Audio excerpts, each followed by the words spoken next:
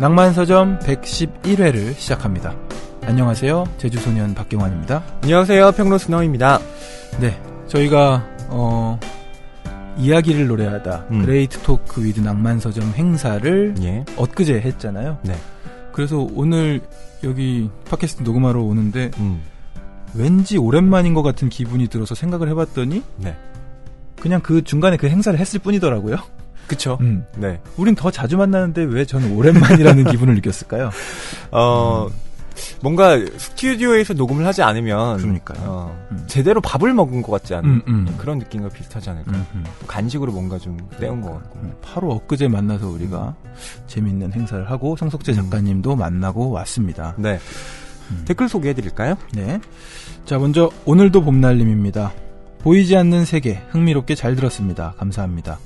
전 퀴즈 전혀 이해하지 못한 1인입니다. 아, 맞아요. 이게 여러분 이 소리로만 들어서는 잘 이해가 안 되실 거예요. 저도 사실은 한 5번 보고 아, 이거구나 하고 이해를 했습니다. 저는 낭만서점 와서 다시 낭독하면서 이제 알았어요. 네. 두께가 부담스럽지만 가독성이 좋다니 읽어봐야겠어요. 그리고 대형 출판사가 아니라는 점도 끌리네요. 저에게도 2017년 최고의 소설이 될 수 있을지도 궁금해지네요. 공지영 작가님의 할머니는 죽지 않는다를 읽고 있어요. 역시 가독성이 좋은 작품입니다. 저라면 돈 포기하고 도망칠 듯해요. 예, 그 작품 생각나네요. 네. 돈 포기하고 도망치고 싶은 마음이 들 정도였어요. 그렇죠. 예. 네. 할머니가 수명을 연장할 때마다 주변 사람들이 죽어나가잖아요. 네, 그렇죠. 할머니의 유산 때문에 붙어있기에는 좀 무서웠습니다. 네. 그리고 코즈모폴리터님, 지난 주말 보내주신 영화표로 예감은 틀리지 않는다를 보았습니다. 영화의 감동을 더 느끼고 싶어 책을 미리 일독하고 봤는데요. 영화 또한 흥미진진했습니다. 특히 반전이라면 반전인 부분을 미리 알고 보니 인물들의 심리가 어떠했을지 생각하며 보는 재미가 쏠쏠했습니다.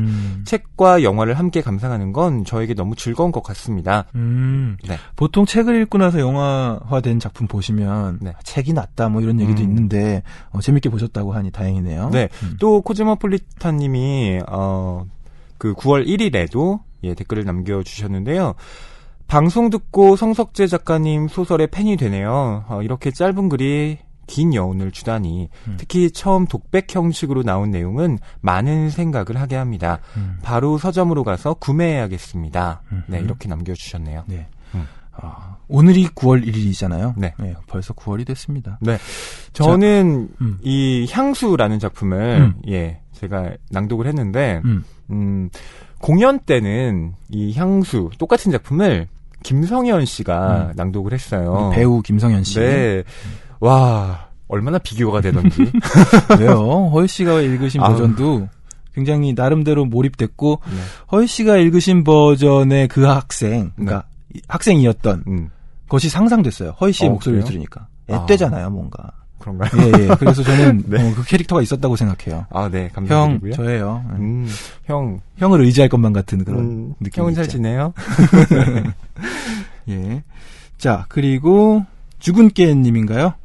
낭독 잘 들었습니다. 두 분 목소리로 들려주신 이야기 궁금해서 책 사러 갈 것 같아요. 감사합니다. 네. 그리고 고래내 습지기님. 성석재 작가님 작품 여러 권 읽었는데 작가님 이야기가 워낙 말맛이 있어서 낭독으로 들으니 더 좋네요. 정감 있고 해학적인 이야기 너무 재미있습니다. 네, 성석재 작가님 특유의 말맛 있지요. 오늘도 봄날님이 또 남겨주셨는데요. 시간 가는 줄 모르고 재밌게 들었어요. 손바닥 소설이라는 말이 재밌네요. 가독성이 좋으면서 여운을 남기고 생각하게 하는 소설의 내용이 인상적이네요. 첫 소설은 듣는데 마음이 짠해졌고 향수 말씀하신 것 같습니다. 네. 두 번째 소설은 씁쓸한 마음이었어요. 콘서트 가지 못하니 책을 통해 나머지 이야기 읽어야겠어요. 습하고 더운 날씨에 고생하셨네요. 감사합니다 하셨습니다. 네. 이제 9월이 되니까 확실히 바람이 선선하더라고요. 네. 저는 요즘에 두꺼운 이불을 좀 다시 꺼냈습니다. 저 이불 2개 덮고 잡니다. 아, 그래요? 그리고 환절기이다 보니 감기에 저는 좀 걸려서. 아, 그래요? 네. 별 티 안 나는데요? 그러니까 목소리 자체는 티가 안 나는데 아침마다 목이 이렇게 부어서 왜 통증이 있는. 네, 지금도 좀 있는데요. 잘 때 좀 건조하거나 입을 벌리고 주무실 수가 있습니다. 아, 그런 게 있나요? 예. 네. 입을 다무세요. 그러게요. 지금 저한테 방금 지금 담으시면 안 되고요. 네. 네, 여러분 또 건강관리 잘 하시길 바랄게요. 예. 책이 가득한 소설을 사랑하는 책방. 이곳은 낭만서점입니다.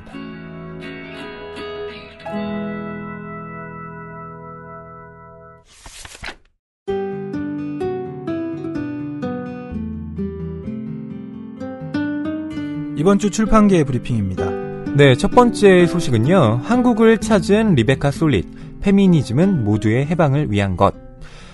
출판계의 페미니즘 열풍에 불을 지핀 남자들은 자꾸 나를 가르치려 든다의 저자 리베카 솔릿이 지난 25일 한국을 찾아 독자들과 만났습니다. 리베카 솔릿은 남성이 여성에게 거들먹거리거나 잘난 체하는 태도로 설명하는 것을 뜻하는 단어 맨스플레인을 전 세계에 알린 미국의 작가이자 페미니스트, 환경, 반핵, 인권운동에 열렬히 참여하고 있는 지식인인데요. 솔릿에 대한 뜨거운 반응은 우리 한국 사회의 여혐 논란 속에서 부각된 그 페미니즘과 관련이 있는데요. 솔릿은 여혐 반응은 남성들이 위협을 느낀다는 방증이라며 수천 년간 지속되어 온 여성차별 문제를 불과 50년 사이에 다 해결할 수 없다는 점을 인식하고 좌절해서는 안 된다고 자신의 신작 기자간담회에서 밝혔습니다. 그렇군요. 네. 저는 방금 전에도 어디 서점을 잠깐 갔다 왔는데 이 저자의 새로운 작품 보고 왔어요. 네. 레베카 솔릿의 그 책이요. 개정판으로 또 출간이 되기도 했는데요. 걷기의 인문학이라고. 네. 그게 한국에서는 좀 예전에 나온 책인데 이번에 레베카 솔릿 방황에 맞춰서 또 새롭게 개정돼서 나왔더라고요. 네. 확실히 뜨거운 반응이 있는 것 같습니다. 두 번째 소식입니다. 책 문화축제 파주 북소리 내달 15일에서 17일에 열립니다. 책 문화축제인 파주 북소리 2017이 9월 15일부터 사흘 동안 경기 파주 출판도시에서 열립니다. 작가와의 만남에는 정호승, 이병률, 박준 시인, 그리고 은희경, 장강명, 배경옥 소설가, 이기주 작가 등이 참여하고요. 이 밖에도 김훈, 정희연, 김현수, 천명관, 방현석 소설가와 함께하는 낭독 퍼포먼스도 열린다고 합니다. 네. 파주 북소리 행사 저희도 한번 참가를 한 적이 있잖아요. 그래서 제가 또 노래도 했었고 꽤 여러 곡을 했었죠 그때는. 맞아요. 그리고 우리 허희 씨가 뽑아온 시 같이 읽으면서 참 그 가을날 참 좋았는데. 네, 맞습니다. 여러분 또 이번 가을에 한번 파주에 들려보시는 것도 좋은 추억을 남기시기에 괜찮을 것 같습니다. 네, 이상 이번 주 출판계 브리핑이었습니다. 네, 오늘 저희가 다룰 책은요. 배경옥 작가님의 실현당한 사람들의 7시 조참 모임이라는 소설입니다. 예. 이 소설을 제가 읽고 있다고 SNS에 남겼더니요. 예. 제가 이제 이 9월이 다가오는 것을 느끼며 하루 종일 카페에 앉아 있으면서 책 읽다 딴짓하다 뭐 이랬거든요. 예, 굉장히 좋은 하루를 보냈어요. 뭔가 상상이 되는데요. 그게 많은 사람들이 꿈꾸는 일상의 휴식 같은 거잖아요. 그렇죠. 카페에서? 많은 사람들은 꿈꾸고 카페 점원은 왜 안 가나 생각하는 그런 일상을 그렇죠. 하루 그럴 보냈는데. 때는 음료를 더 시키셔야죠. 그러게요. 안 시켰네요, 제가. 네. 그랬는데 SNS에 그 사진을 올리고 이제 책을 읽고 나서 보니까 댓글이 막 달리고 이 책 제목만으로 읽고 싶어진다고 이런 반응이 있었습니다. 그렇죠. 우선 실현이라는 말이 그렇잖아요. 이 실현이라는 거 한 번도 안 겪어본 사람은 없지 않을까. 어떤 형태로든 그렇죠. 뭐 꼭 사랑을 하지 않았더라도 짝사랑의 형태로라도 실현은 당할 수 있는 거잖아요. 그렇죠. 네. 그래서 이런 모임이 진짜 만들어졌다면서요. 네. 만들어질 법도 하다고 생각하고 읽었는데 만들어졌다는 얘기를 듣고 한 발 늦었구나 생각했습니다. 그렇죠. 이 작품이 2012년에 출간이 되는데요. 이 소설 제목과 같은 모임이 그때 또 만들어졌다고 하더라고요. 근데 이번에 이제 배경옥 작가님이 이걸 개고해서 올해 재출간을 한 건데요. 그 기존의 원고에서 좀 상당 부분 덜어냈고 또 그때만 통용될 수 있었던 어떤 말들 있잖아요. 맞아요. 뭐 유행어라든가 뭐 혹은 고유 명사들을 좀 덜어내고 좀 보편적인 연애 소설이 될 수 있게 네, 수정을 했다고 합니다. 맞아요. 트위터라든지 뭐 그런 얘기들 많이 나와요. 네. 이제 딱 2012년 그 즈음에 핫했던 느낌의 말들이 좀 나오더라고요. 자, 본격적으로 책 얘기 나누기 전에 작가 소개해드리겠습니다. 2006년 단편 고양이 샨티로 문학동네 신인상을 수상하며 등단했습니다. 2008년 첫 장편소설 스타일로 제4회 세계문학상을 수상했습니다.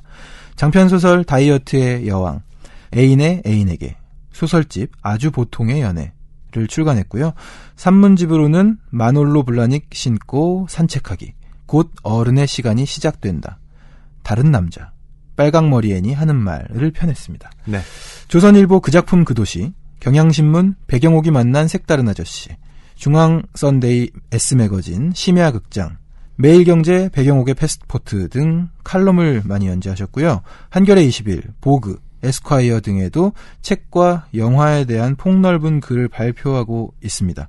조선일보 말과 글을 연재 중이고요. 교보문고 배경옥의 낭독과 MBC 표준 FM 라디오 디톡스 배경옥입니다의 DJ 활동과 함께 탐독가로서 좋은 책을 소개하는 일에도 몰두하고 있습니다. 네. 아, 배경옥 작가님.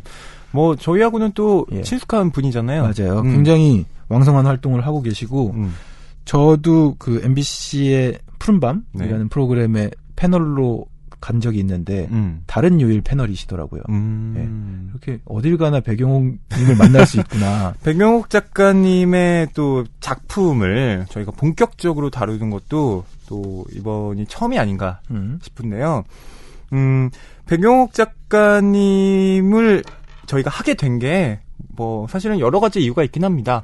우선 첫 번째는 9월이 돼서 스산한 이제 선선한 옛 사랑을 떠올리게 하는 그러니까 네, 그런 계절이잖아요. 카페에서 읽는데 어찌나 날씨랑 잘 어울리는지. 맞아요. 예. 네. 그래서 시련이나 뭐 이별에 관한 이야기를 좀 해보면 좋겠다. 네, 이런 마음으로 저희가 책을 좀 고르게 됐고요.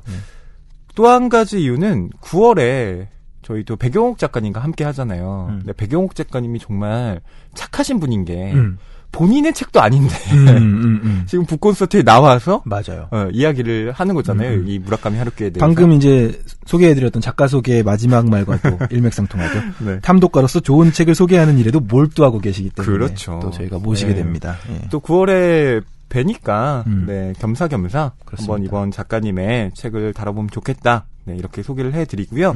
잠시 후에는 작가님도 나오시죠. 네. 네, 그럼 실현당한 사람들의 7시 조찬 모임 줄거리를 간략하게 말씀드릴게요. 이 실현당한 사람들의 7시 조찬 모임이라는 제목처럼 이 작품은 실현당한 사람들의 이야기를 다루고 있습니다. 이별의 고통에 시달리고 있는 사람들이 아침 7시에 모여서 식사를 한다는 설정이 무척 독특하게 느껴지는데요. 이 소설은 실현당한 사람들을 위한 7시 조찬 모임이라는 간판을 건 레스토랑에서 시작이 됩니다. 그곳에 모인 사람들은 아침 식사를 하고 같이 영화를 보고 또 각자 가진 실현의 기념품을 서로 교환을 합니다. 윤사강이라는 여성은 책을, 또 이지훈이라는 남성은 연인과 함께 사용하던 카메라를 들고 그곳을 찾는데요.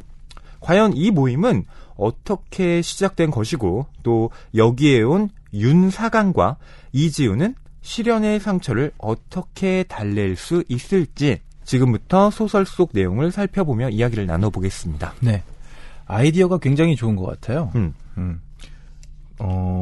이게 버리기가 애매하잖아요. 실현 이후에, 헤어짐 이후에 네. 옛 연인이 주었던 노래가 하나 생각나네요. 어떤 노래요? 조규찬의 잠이 늘었어. 아, 거기서 어떤 좋아합니다. 가사가 나오냐면은 저는 근데 그 가사를 되게 오랫동안 이해를 못했어요. 잠이 늘었다는 게 왜 늘었다는 건지. 예. 잠이 늘었다는 제목은요. 그동안 잠을 못 잤다는 얘기예요. 그렇죠. 예. 네. 아, 이해하셨구나. 네네. 전 뒤늦게 이해했거든요. 그래서 그만큼 시련의 아픔에서 허덕이던 한 남자가 이제는 그렇죠. 영화를 보고 싶어졌고 친구가 보고 싶어졌고 운동도 하게 되고 예. 가능하면 밥은 거르지 않으려고. 근데 이제 핵심은 이거죠. 요긴하다면 너의 선물도 써. 라는 가사가 나오거든요. 가사에 웬 욕인이 들어오나 했는데 굉장히 중요한 가사였어요. 그렇죠. 필요하다면 네가 줬던 선물도 뭐 그 가방 내가 다시 들 수도 있다. 사용을 한다. 예, 그런 얘기. 혹시 뭐 경환 씨는 이렇게 연인에게 받았던 기념품 중에서 특별히 기억에 남는 선물 있으셨어요? 예. 사실은 제가 있습니다. 어떤 선물? 그래서 그 선물을 요긴하게 썼었죠. 그러다가 고장이 날 때까지 쓰고 결국에는 바꾸게 됐어요. 뭐죠? 노트북? 뭐 이런 건가요? 사실 밝히기는 쉬운데 그 물건이 무엇인지 이 낭만서점 열혈 청취자인 저희 아내가 들으면 아내분이 지금 들으시는군요. 네, 제가 네. 비밀로 계속해서 가지고 있습니다. 아무도 모릅니다. 네, 별건 아니에요. 네. 그래요? 이젠 집안에 없어요. 그걸 지금 강조하고 싶으셔서. 근데 그것을 늘 쓰다 보면 저는 생각하려고 한 게 아닌데 생각이 나더라고요. 그쵸. 그런 효과가 있어요. 맞아요. 그게. 그래서 일상에 좀 밀착된 선물을 주려고 하는 거잖아요. 그러니까. 그렇죠. 네. 그래서 끝내 어쨌든 밝히지 않으시고. 예. 하지만 썼다는 건 아내분께서 알게 되시는. 그럴 수 있겠네요.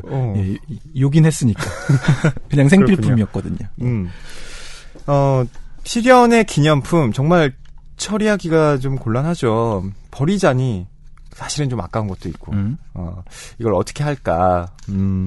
이 사람들은 서로 교환을 합니다. 네. 그래서 이지훈과 이 윤사강이 가지고 온 책과 카메라도 누군가에게 이제 가져가게 또 되는 건데요. 실연이라고 할 때 참 저는 뭐랄까 저희의 예전 추억들이 주마등처럼 쭉 스쳐 지나가더라고요. 그렇게 많이 스쳐가요? 꽤? 예. 네. 경환 씨는 혹시 이거 실례가 안 된다면 좀 여쭤보고 싶은데. 실례예요. 알겠습니다. 농담입니다. 뭐가요? 네. 예. 말씀하시죠. 주로 실연을 그러니까 당하시는 편이었나요? 아니면 실연을 좀 이렇게 먼저 이별을 통보하는 쪽이었나요? 6대4? 6대4의 비율로 어느 쪽이 높으셨나요? 전자가 높았는데요. 실연을 당하는 쪽. 아니요. 통보하는 통보하는 쪽이셨어요. 근데 통보라는 어떤 통보라는 행위 같은 건 하지 않았던 것 같아요. 예. 근데 언제나 은은했는데 예. 근데 비율로 따지면 그랬던 것 같은데요. 예. 주로 어떻게 말씀하셨습니까? 그러니까 그런 어떤 말을 하는 행위라든지 그런가요? 맺고 끊고가 그렇게 확실하셨나요? 그러니까 약간 분위기가 그렇게 되는 경우가 더 많았던 것 같아요. 분위기가. 계절과 타이밍과. 그러니까 어쨌든 만나서 그렇게 우리 이제 그만 만나는 게 좋겠다 이렇게 말씀을 하셨다는 거죠. 아니 그런 게 별로 없었다는 거죠. 그런 거 없이 그냥 자연스럽게 좀 자연스러운 경우가 더 많았다는 거죠. 예. 그래요. 그렇지 않은가요? 어떠셨어요? 물론 그런 경우도 있죠. 근데 보통 이제 이별을 하는 가장 나쁜 방법 중에 하나가 문자? 그렇죠. 문자도 그렇고 아니면 연락을 갑자기 끊어버린다. 그런 거 있잖아요. 문자로 이별 통보를 했는데 상대방이 이응 하나 보내는 거예요. 그렇죠. 응 뭐 이런 거. 네. 아니 뭐 그럴 수도 있죠. 근데 뭐 어쨌든 이별도 그 사람에 대한 마지막 예의는 그리고 또 나에 대한 예의이기도 하잖아요. 그래서 어쨌든 얼굴을 보고 확실하게 감정 정리를 물론 단번에 안 되겠습니다만 그게 굉장히 중요한 것 같더라고요. 허희 씨의 비율은 어떻게 되나요? 저는 압도적으로 많이 차였습니다. 그래요? 네. 압도적일 것까지는 없을 것 같은데. 저는 한 9대1의 비율. 네. 그래요? 네, 많이 차였습니다. 네, 저는 그래서 저는 이 실연당하고 나서의 상처가 진짜 절절하게 느껴지더라고요. 네. 그럴 때마다 평론 하나씩 쓰시고. 아니요. 어떻게 그 상황에서 글을 쓸 수 있겠습니까? 글이 안 나오나요? 그럼요. 잠도 안 오고, 정말 세상이 무너진 것 같고, 네. 그리고 남들이 웃고 있는 걸 보면 굉장히 그런 거 있죠. 사괴감이 느껴져요. 왜 나는 이렇게 불행한데 저 사람들은 저렇게 환하게 웃고 있지? 또 노래 하나 스쳐 지나가네요. 루시드 폴의 사람들은 즐겁다. 그쵸. 예. 네. 이거 정말 시련, 뭐 사랑 이런 건 노래로 많잖아요. 또 뮤지션들이 거기에서 영감을 많이 얻고요. 경환 씨 노래 중에도 괜찮아요. 저는 시련의 상처와 아픔을 모으고 모아서 노래를 만들곤 했죠. 페어웰이라고 네. 또 있고요. 예, 그렇죠. 그렇습니다. 네, 저희 또 시련에 대한 이야기는 책을 또 소개하면서 더 말씀을 드릴게요. 먼저 이들이 어떻게 시련당한 사람들의 7시 조찬 모임에 나오게 되었는가 그 과정을 좀 낭독을 해드릴까 싶은데요. 지금부터 읽어보겠습니다. 시련당했습니다. 스위치를 꺼버린 것처럼 너무 조용해요. 혼자 있으면 소목을 그을 것 같은 칼날 같은 햇빛. 시련당한 사람들을 위한 영화제를 주최합니다. 시련 때문에 혼자 있기 싫은 분들은 저랑 아침 먹어주실래요? 글이 뜬 건 새벽 3시 43분이었다. 트위터에 접속하는 순간 사강은 국제공항의 커다란 전광판 앞에 서서 눈을 감고 세계를 날아다니는 수많은 비행기들을 떠올렸다. 실시간으로 수만 개의 글이 올라가는 트위터는 인천공항 터미널 3층에 서 있는 전광판 같았다. 아침 7시부터 누군가와 함께 밥을 먹자는 건 이상한 제안이었다. 아침을 먹고 연달아 영화 4편을 함께 보자는 아이디어는 조금 더 이상했다. 가장 이상한 건 마지막 제안이었다. 그러나 의미 없이 밀려오는 수백 개의 멘션 중 이 문장만은 유독 사강의 마음을 사로잡았다. 스위치를 꺼버린 것처럼 너무 조용해요. 혼자 있으면 소목을 그을 것 같은 칼날 같은 햇빛. 정수와 헤어진 후 그녀의 주변은 정말 스위치를 꺼버린 것처럼 조용했다. 너무나. 사강은 손목을 그을 것 같은 칼날 같은 햇빛이란 말에 조용히 밑줄을 그었다. 그것이 더구나 농담일 리 없었다. 사강은 스스로를 죽이기 위해 칼날을 손목 위에 긋기 전에 절박함처럼 사랑이 죽어가는 과정을 떠올리고 있었다. 에디드 피아프의 노래를 반복해서 듣던 날 밤, 사강은 어둠 속에서 자신의 트위터에 뜬 문장을 읽고 있었다. 시련당한 사람들을 위한 영화제를 주최합니다. 시련 때문에 혼자 있기 싫은 분들은 저랑 아침 먹어주실래요? 그녀는 잠들지 못한 채 시련당한 사람들을 위한 7시 조찬 모임으로 바로 가기를 클릭했다. 그녀는 충동적으로 치유라는 단어를 클릭했다. 영화제라는 말이 언뜻 이해가 되지 않았기 때문이었다. 500일의 썸머, 러브레터, 화양연화, 봄날은 간다. 사강은 세로로 정렬된 영화 제목을 하나씩 클릭했다. 영화의 간단한 줄거리와 촬영 스태프에 관한 정보들이 떴다. 모두 시련당한 사람들이 주인공인 영화였다. 사강은 따뜻한 물 한 잔을 마시며 시련당한 사람들을 위한 7시 조찬 모임에서 시련이란 단어를 클릭했다. 그녀는 탈칵 소리와 함께 화면이 넘어가는 걸 지켜보았다. 시련은 오래. 화면에 문장이 떠오르며 단어들을 천천히 왼쪽으로 밀어내고 있었다. 시련은 오래된 미래다. 시련은 오래된 미래다. 사강은 이 문장을 몇 번이고 되뇌이다가 눈을 감았다. 눈물이 동공 위로 차올랐다. 눈을 뜨면 곧 낙하할 뜨거운 웅덩이를 사강은 몸으로 느끼고 있었다. 이별은 앞으로 오는 것이다. 그러나 시련은 언제나 뒤로 온다. 시련은 세상에 존재하는 다양한 감각을 집어삼키는 블랙홀이고 끊임없이 자신 쪽으로 뜨거운 모래를 끌어들여 폐허로 만드는 사막의 사구다. 네, 윤사강이라는 여성이 있습니다. 예. 새벽에 그것도 새벽 3시가 넘은 시각에 트위터에서 한 메시지를 확인합니다. 그게 바로 시련당한 사람들을 위한 조찬 모임이 열린다라는 것이었죠. 네. 7시 조찬 모임이죠. 네. 아침 7시에 조찬을 하자는 건데 네. 마지막 문장은 우리 얼마 전에 다뤘던 모래의 여자를 생각나게 만드네요. 그죠. 끊임없이 자신 쪽으로 뜨거운 모래를 끌어들여 폐허로 만드는 사막의 사구다. 맞습니다. 경환 씨는 만약에 경환 씨가 시련을 당한 상태예요. 근데 이런 모임에 그런 글을 본 겁니다. 예. 나가시겠어요? 아니요. 아, 단호하게? 단호합니다. 단호하게 안 나가신다고? 이런 모임에 나갈 정도의 여유를 되찾으려면, 어느 정도 걸릴까요? 좀 있어야 될 것 같아요. 아무튼. 예. 실현 당하고 그것에서 허덕이고 있는 시즌에는, 생각 못 할 것 같아요. 아예 거기에 참여해야겠다라는 생각 자체를. 그쵸. 그럴 수 있죠. 근데 너무나 외로운 순간이니까 누구와 함께 있고 싶다. 적어도 그런 나의 처지와 비슷한 사람들이 함께 모여 있으면 이 슬픔도 좀 공감이 되지 않을까? 그렇죠. 그런 마음으로 뭐 저는 나가볼 수 있을 것 같습니다. 한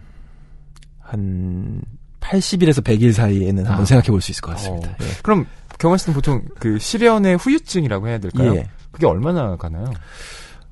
근데 그 경험 자체가 워낙 이제 오래된 경험이다 보니까 많이 더듬어야 되는데 네.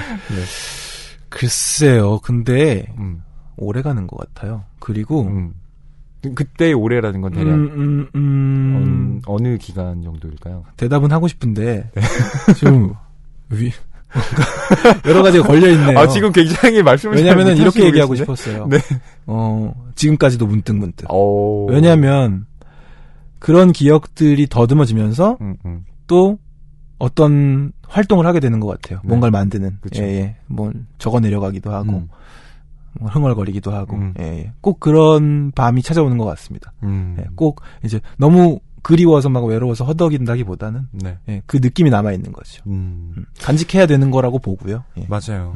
실연의 상처가 완벽히 아물지는 않는 것 같아요. 그러니까 좀 아무렇지도 않은 듯 보이게 살아가는 거지 실제로 아무렇지도 않은 건 네, 아닌 그렇죠. 것 같다는 생각이 듭니다. 예. 저는 개인적인 경험을 말씀드리면 실연을 당한 그 직후는 뭐 약간 이렇게 무감했던 것 같아요. 지금 나한테 일어난 상황이 뭔지 잘 받아들이지 못하는 거죠. 근데 세계가 정말 그러니까 컬러풀했던 이 세계가 완전한 흑백으로 변하는 순간은 그 다음날 자고 일어났을 때 더 이상 나와 그렇게 친밀하게 연락을 주고받았던 그 사람에게 연락을 할 수 없다는 것. 그 사람의 목소리를 더 이상 들을 수 없다는 것. 그게 정말 크게 와닿는 맞아요. 순간이 헤어진 다음 날이더라고요. 이게 그러니까 그 얼마 안 되는 시간 사이에 뭐 어디서 지진이 났거나 뭐가 갑자기 뭐 바뀌었거나 이런 게 아니잖아요. 네. 물리적으로 어떤 변화가 있는 게 아닌데 맞아요.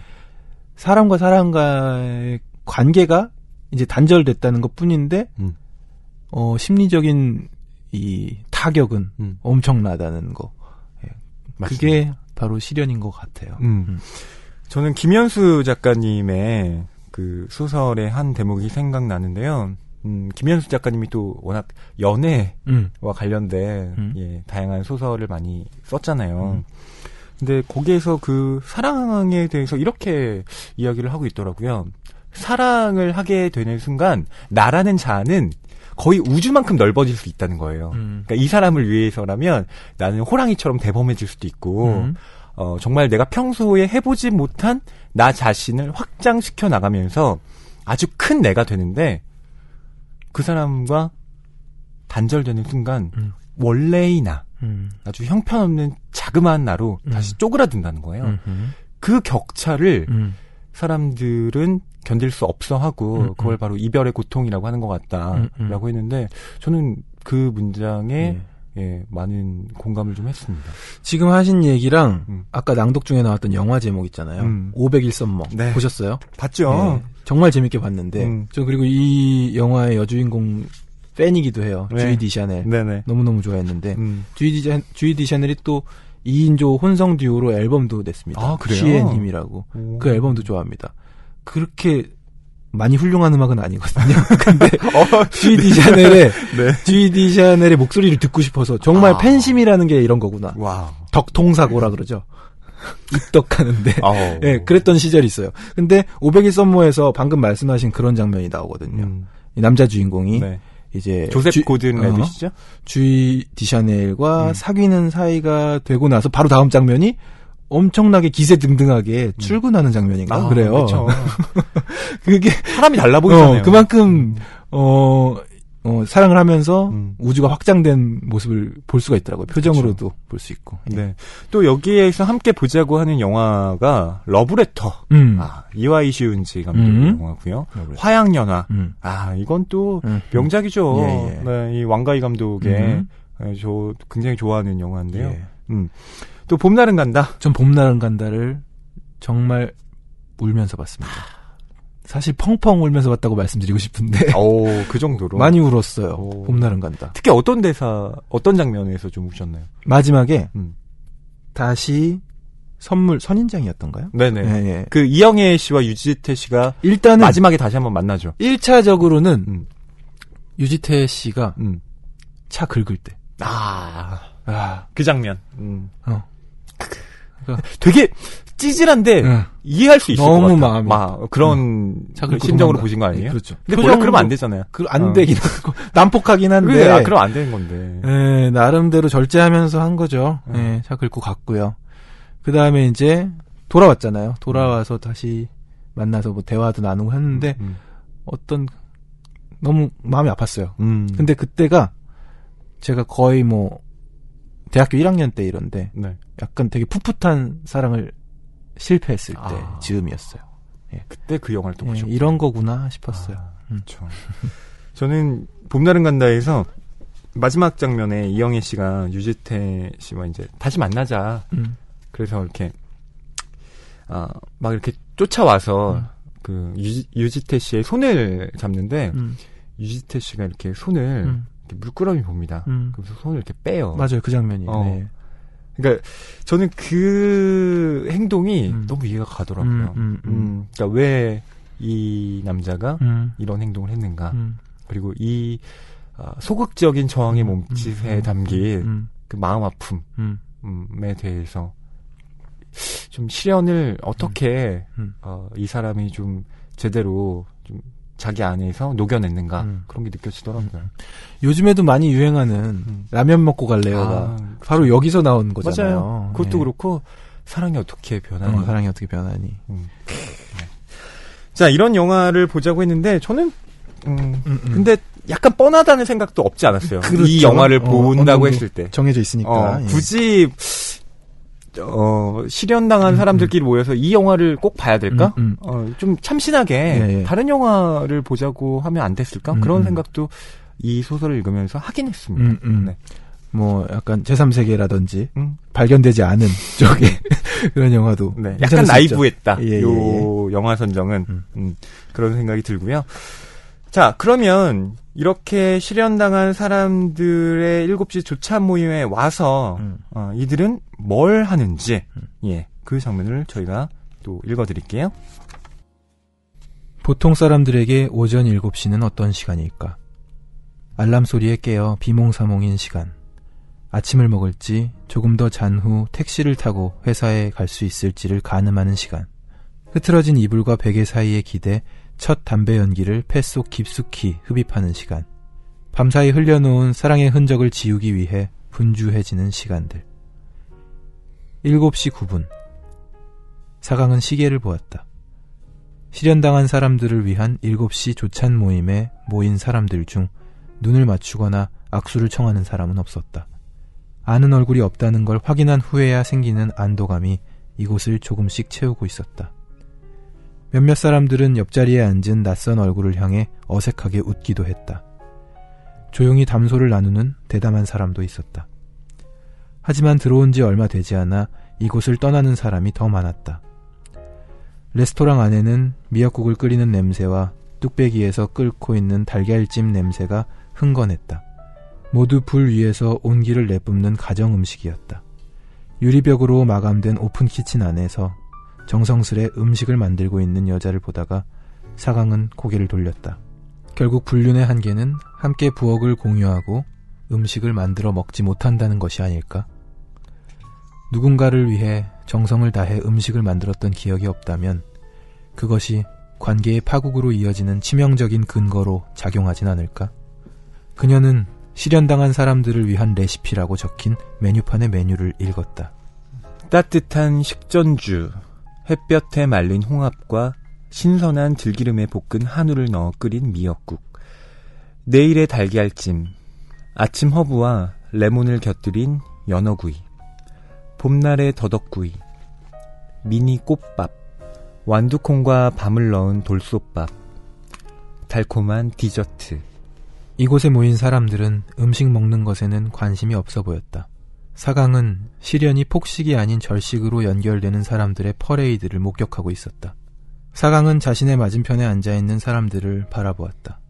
파란색 LA 다저스 야구 모자에 선글라스를 쓴 채 앉아있는 남자가 보였다. 그는 망가진 심장을 보호하기라도 하듯 내내 팔짱을 끼고 사람들을 관찰했다. 사강은 남자가 사람들의 움직임에 예민하게 반응하고 있다는 걸 눈치챘다. 실내의 밝은 조명이 아니었다면 사강은 그의 눈동자를 바라볼 수 없었을 것이다. 남자는 밤새 울어 퉁퉁 부은 눈을 숨길 수 없어 어쩔 수 없이 선글라스를 착용했을 것이다. 시련이 주는 고통은 추상적이지 않다. 그것은 칼에 베었거나 화상을 당했을 때의 선연한 느낌과 맞닿아 있다.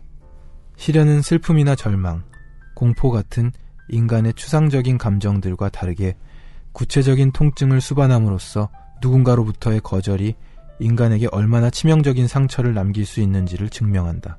어느 날 사강의 무릎 위에 이렇듯 뜨거운 물이 가득 든 주전자가 엎어졌다. 이곳에 있는 사람들 역시 몸 이곳저곳이 장마의 벽지같이 벗겨져 너덜너덜해져 있었다. 그렇지 않다면 생각 없이 손톱을 뜯거나 의자에 앉아 눈물을 흘리거나 참가비를 10만 원이나 내고 이곳에 오지 않았을 것이다. 사강은 이 얼굴들 모두를 잊지 않으려고 애썼다. 흩어져 앉아 시선을 피하고 있던 사람들과 보이지 않는 얼굴들까지도. 사강은 이들을 오전 7시의 유령들이라고 이름 붙였다. 네, 보통 사람들에게 오전 7시는 어떤 시간일까요?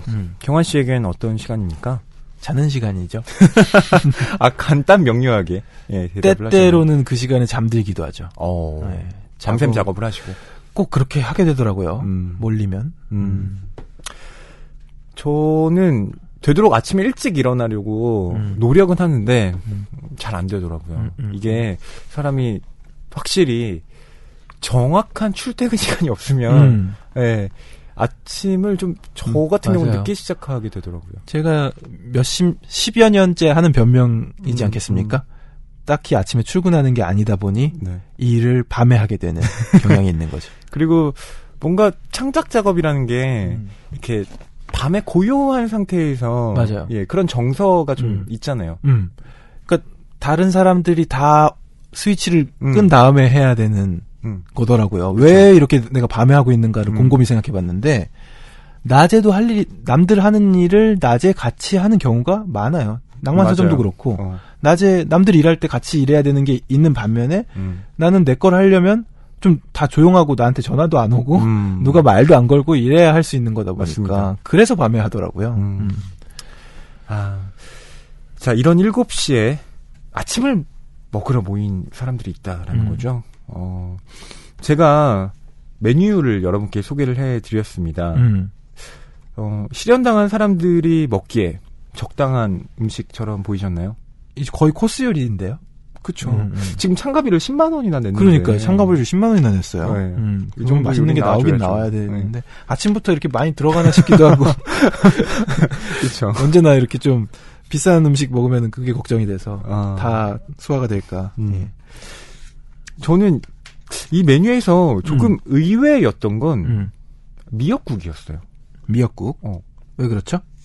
그러니까 왜 다른 국도 아니고 미역국이었을까? 그러니까 보통 우리가 미역국은 언제 먹나요? 생일날. 그렇죠. 아니면은 산후조리. 네. 예. 그러니까 물론 산후조리 때도 먹는데 저는 이 미역국을 먹는 게 보통은 어떤 축일이나 탄생일 때 먹잖아요. 네.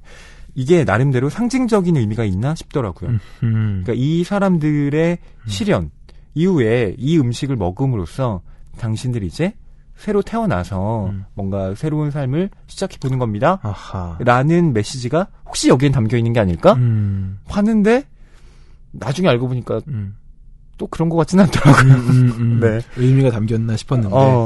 그게 여러분 저희가 이 방송의 맨 마지막에 언급할 그런 스포일러와 좀 관련이 있어요. 그렇죠. 그래서 말씀을 드리는 건데 글쎄 실현당한 사람들을 위해서는 어떤 음식이 좋을까? 또 제목이 독특한 음식이 있어요. 내일의 달걀찜. 내일을 기약하자는 건가요? 달걀찜을 한 입 먹으며. 그렇죠. 이것만 봐서는 잘 모르겠지만 앞으로를 바라보자. 네. 그런 의미가 있는 것 같기도 하고요. 봄날의 더덕구이. 그렇습니다. 네. 이런 식으로 뭔가 메뉴가 참 뭐 예쁘게 꾸며져 있는데 감성적이에요. 네. 사람들이 음식 먹는 것에는 관심이 없어 보였다라고 사당은 보고 있습니다. 예. 그렇죠? 그리고 이런 사람들을 오전 7시에 유령들이라고 이름 붙였다고 얘기를 합니다. 네. 선글라스를 쓴 남자는 밤새 울어서 눈이 퉁퉁 부었기 때문에 이 아침부터 선글라스를 끼고 있는 거다.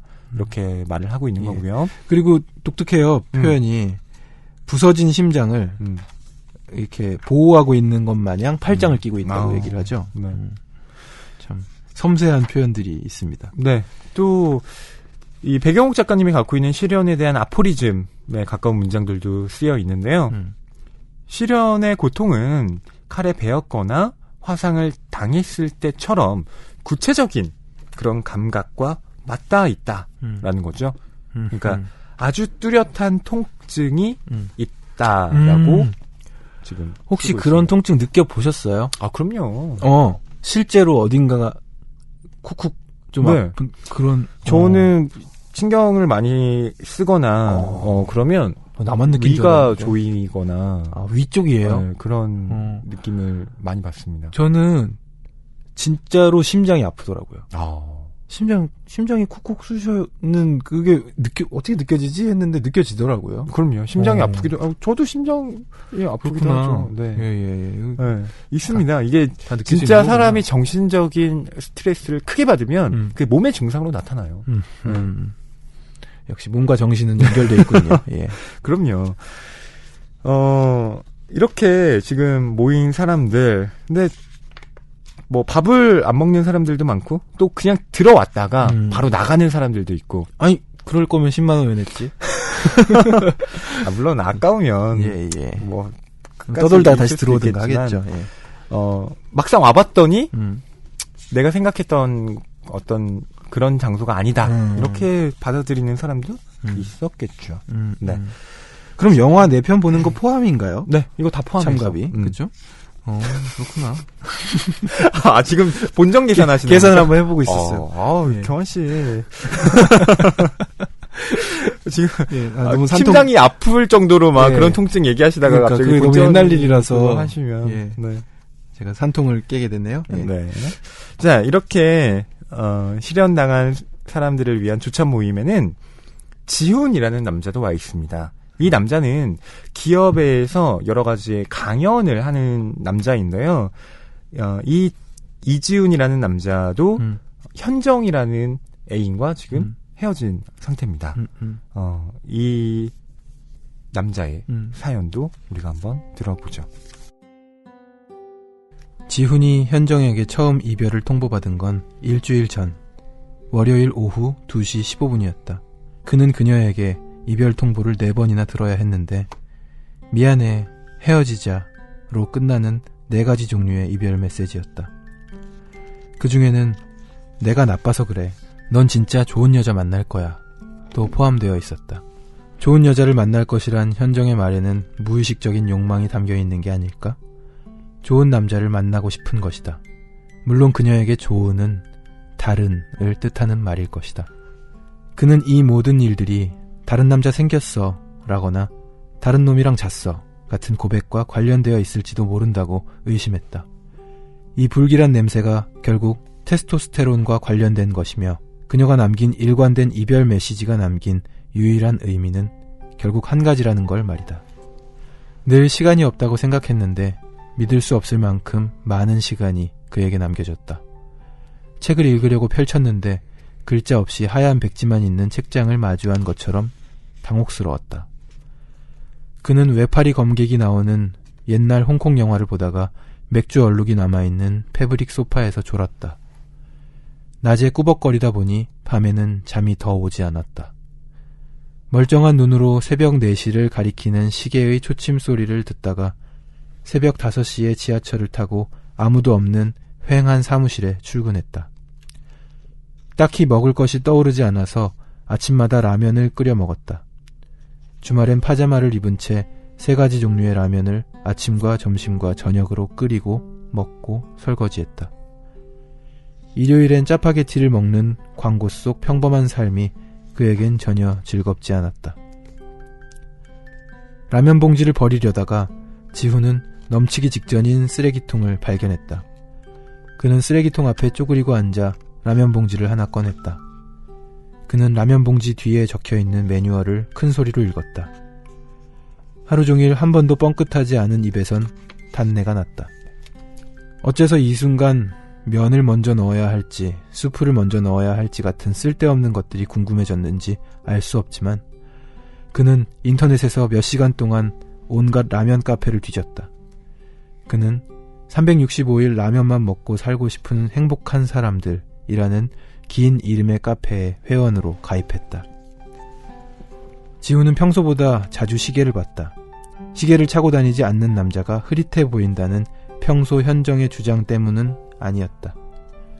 그는 잠을 거의 자지 못했다. 잠시 잠이 들긴 했지만 깨어보면 꿈과 현실이 분간되지 않았다. 네, 이지훈이라는 남자. 현정에게 이별을 통보받은 건 일주일 전 오후 2시 15분이었다. 시간까지 기억합니다. 네. 근데 이별 통보가 4번이 왔는데 그 중에는 넌 진짜 좋은 여자 만날 거야. 네, 이런 말도 포함되어 있었다는 거죠. 경환 씨 혹시 이런 이별의 말 들어보신 적 있습니까? 넌 진짜 나보다 좋은 여자 만날 거야. 그러니까요. 전 더듬어 보면요. 네. 아까도 말씀드렸지만 그런 식의 뭔가가 맺고 끊어지는 발언을 한 적도 없고 받아본 적도 없는 것 같아요. 성격 문제인가? 아무튼 뭔가 암묵적인 합의하에 모든 일들이 마무리되거나 시작되거나 했어요. 네, 그러니까 그런 이별의 말을 뭐 직접적으로 또 들은 적은 없다는 말씀이실 텐데요. 저는 어떻게 9대1 중에서 어떻게 이런 통보가 좀 있었나요? 있죠. 저 차 있는 동안 많은 그 분들이 넌 나보다 좋은 사람 만날 거야. 네, 이런 얘기를 해줬죠. 그랬구나.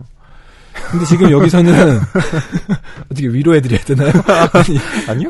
그런데 여기서 지금 이렇게 해석이 되는 거잖아요. 네. 나는 정말 좋은 다른 남자를 만날 거야. 라는 욕망이 뭐 느껴진다는. 그럴 수도 있는 것 같아요. 네. 그리고 맞는 말인 것 같아요. 지금 느꼈는데.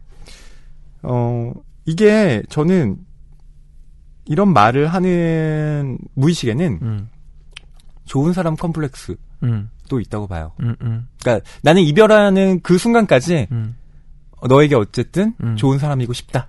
너의 미래를, 그렇지. 너의 미래의 행복을 좀 기원해주는 그런 사람으로 남고 싶다. 사랑해서 헤어지는 거야. 뭐 그런 궤변이죠. 좀 사랑해서 헤어지는 거야는 궤변이라고 생각하는 사람 중에 한 명입니다. 그렇죠. 네. 물론 뭐 저간의 사정이 있을 수 있겠지만 사정은 다 다르겠지만 제가 가장 믿지 않는 말 중에 하나가 난 널 진짜 사랑해서 너와 헤어질 수밖에 없어. 네, 이런 말입니다. 그래서 좋은 사람 만날 거야라는 말 안에는 또 난 좋은 사람이 못 되는 것 같아 너한테 이런 얘기인 것 같은데 사랑한다면 좋은 사람으로 바뀌기 위해서 노력해야 할 텐데 또 네. 빠져나갈 구멍은 그쵸. 언제나 있는 거죠. 사실 모든 이별의 말은 글쎄요. 아무리 정확하게 말한다고 해도 좀 구차해질 수밖에 없는 것 같아요. 그렇습니다. 왜냐하면 결국 서로에 대한 마음이 식은 거잖아요. 네. 예전에 내가 사랑했던 만큼의 그런 뜨거움, 기대가 없기 때문에 그걸 이제 상대방에게 이야기를 해야 되는 거잖아요. 그게 참 어떤 말로 하든 결국 내 마음이 변했다. 이 본질을 전달해야 되는 건데 그게 참 쉽지 않더라고요. 자, 지금 지훈은 나름대로 시련의 나날들을 라면과 함께 네. 달래고 있는데 이게 달랜다고 보기에는 좀 너무 아파 보이기도 하는데 그래요. 이렇게 하면 안 돼요. 웃픈 상황도 벌어지는 거죠. 라면만 먹고 싶은 사람들의 모임이라는 카페에도 가입을 해요. 예. 그러니까 실현을 당한 다음에 자학을 하는 경우도 있잖아요. 결국 내가 못난 놈이라 뭐 내가 지금 잘못을 해서 이 모든 상황이 초래됐다. 그러면서 이제 이런 식의 좀 자기 학대 행위를 하는 경우도 있는 것 같더라고요. 저는 글쎄 물론 어렵죠. 거기에서 그 상황 자체를 객관적으로 보기는 너무나 힘들지만 그런 과정을 한번 겪고 온 사람으로서 여러분 안 그러는 게 좋습니다. 그럼요. 챙겨야죠. 몸도 챙기고 마음도 추스리고 이런 게 필요한데 사실 또 뭐 요리를 해 먹거나 어딜 나가기도 싫거나 이랬을 때는 라면이라는 선택을 할 것 같긴 해요. 예. 라면을 또 여러 번 먹어본 사람으로서 공감은 갑니다. 네. 예. 삼시세끼를. 그리고 책을 읽으려고 펼쳤는데 또 하얀 백지 위에 글자가 없는 것처럼 당혹스러웠다. 그러니까 눈에 글자가 안 들어오는 거죠. 그런 얘기군요. 눈에 글자가 안 들어온다는 네. 얘기가 되는 건가요? 그렇죠. 그러니까 시간이 많이 남습니다. 저도 참 뭐 개인적으로도 그렇고 주변 지인들의 어떤 경험담을 들어봐도 그렇고 보통 남자들이 하는 얘기가 그런 겁니다. 연애하느라 너무 내 시간이 없어. 네. 그런 얘기를 전 종종 들어요. 주변에서. 그러니까 연애할 때 물론 좋은데 워낙 신경 써야 될 게 서로에게 많잖아요. 그러니까 주말은 어쨌든 그 사람을 만나서 데이트를 해야 되고 근데 나는 사실은 뭐 책을 읽고 싶고 혼자서 어디 여행도 가보고 싶은데 그런 시간이 없다. 그렇구나. 그래? 저는 이제 이렇게 댓글을 해줍니다. 근데 그 친구가 헤어졌어요. 애인이랑. 그럼 이제 가나요? 안 가요. 시간이 엄청 남았는데 손에 일이 안 잡힌대요. 아무것도 못 하겠대요. 그럼 너 연애할 때는 그렇게 너 자기 시간 갖고 싶어 했잖아. 근데 지금 너 다 네 건데. 다 그 시간이 다 네 건데 왜 활용을 못 해 그러면? 아니 나는 그때의 마음이 아니야. 막 이러면서 예, 굉장히 괴로워하더라고요. 사람이 다 그렇군요. 예. 근데 저는 그 어떤 긴 연애가 딱 끝나고 정말 스위치를 끈다는 꺼진 것 같다는 표현에 공감을 했는데 그렇게 조용해진 상태를 좀 누려본 적은 있어요. 야, 이게 이렇게 조용하면 내가 이런 것 저런 것들을 할 수가 있구나. 예. 하는 거를 누림과 동시에 이제 아파하거나 질적되거나 여러 가지 활동을 하는 거죠. 예. 그렇죠. 자, 이지훈이라는 남자도 실현당한 사람들의 7시 조찬 모임에 나오게 되는데요. 바로 여기에서 앞서 저희가 잠깐 말씀드렸던 이 윤사강과 만나게 됩니다. 자, 그러고 나서 이 두 사람은 또 기묘한 인연으로 나중에 만나게 되는데요.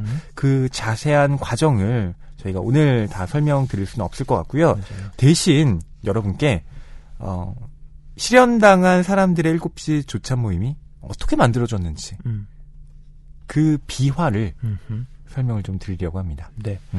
그러니까 차근차근 소설을 읽다가 이즈음에서 반전? 이렇게 느끼실 수 있을 만한 것인데 조금은 그래도 초반에 나오는 거라서 네. 중반인가요? 한 중반 정도에 나오는군요. 네, 그러니까 뭐 이거 자체가 스포일러라고 하기는 어렵고요. 그렇죠. 이미 백영옥 작가님도 이걸 좀 앞세워서 이미 좀 공개돼 있군요. 예. 네, 독자들에게 알려주려고 한 것 같은데요.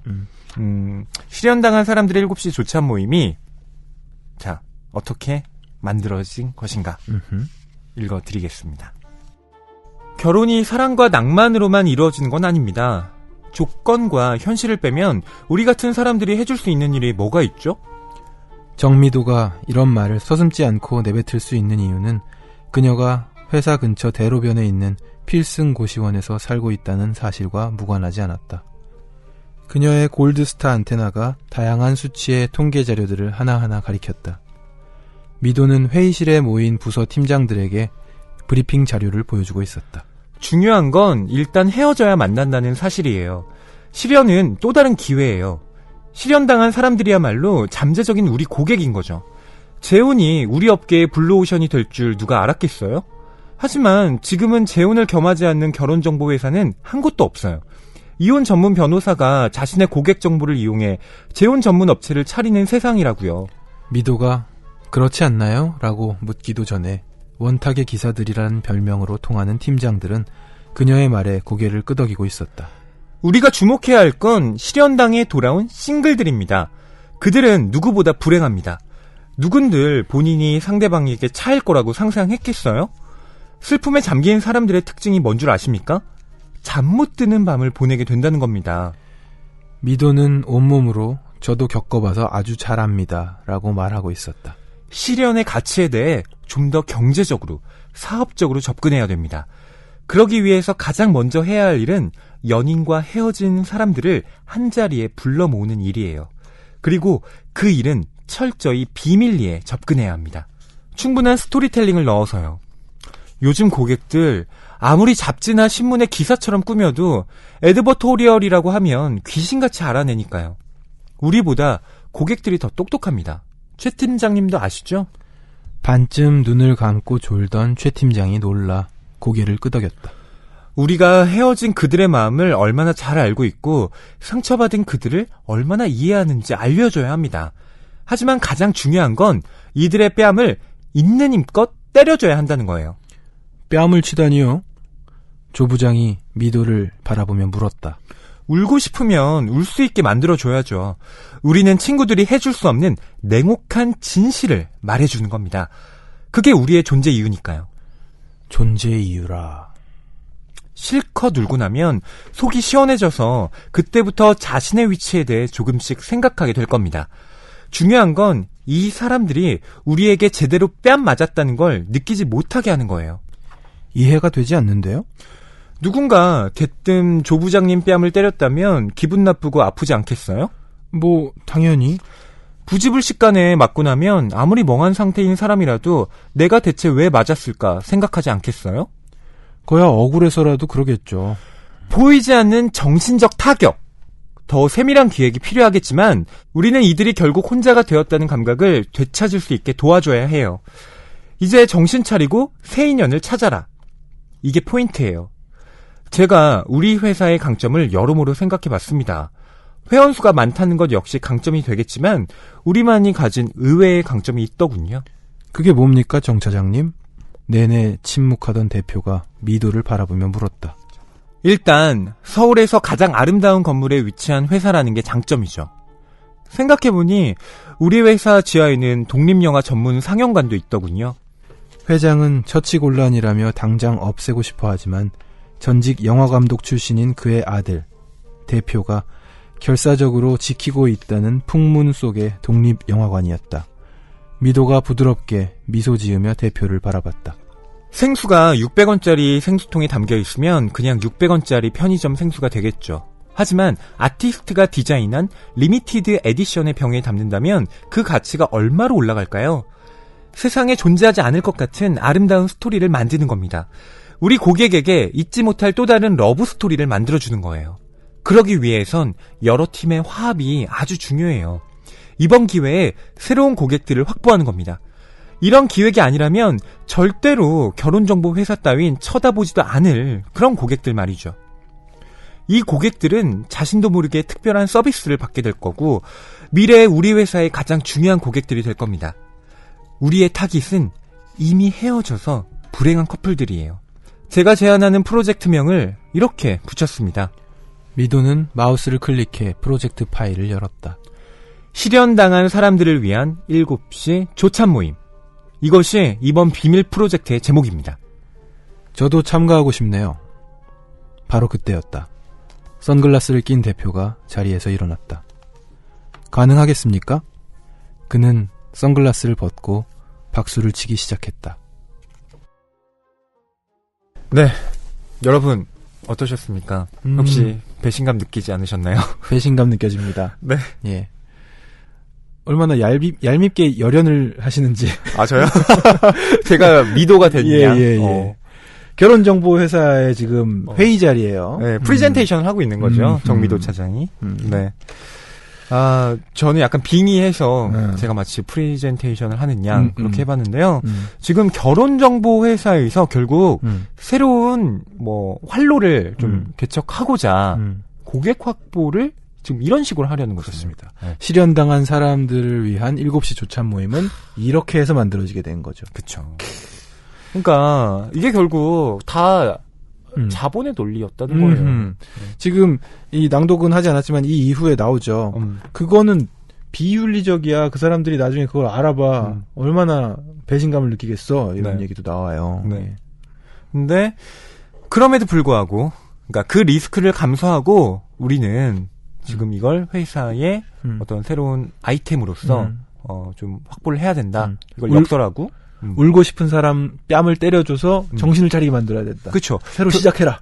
결국 그 이유는 이 모임을 통해서 새로운 만남을 열겠다는 네, 그런 지금 모종의 그 계책이 깔려 있는 건데요. 바로 그 제안에 이 회사 대표도 지금 박수를 쳐주는 맞아요. 거죠. 회사 대표가 심지어 자기도 참가하겠다. 저도 참가해도 되겠냐고. 네. 그렇습니다. 네.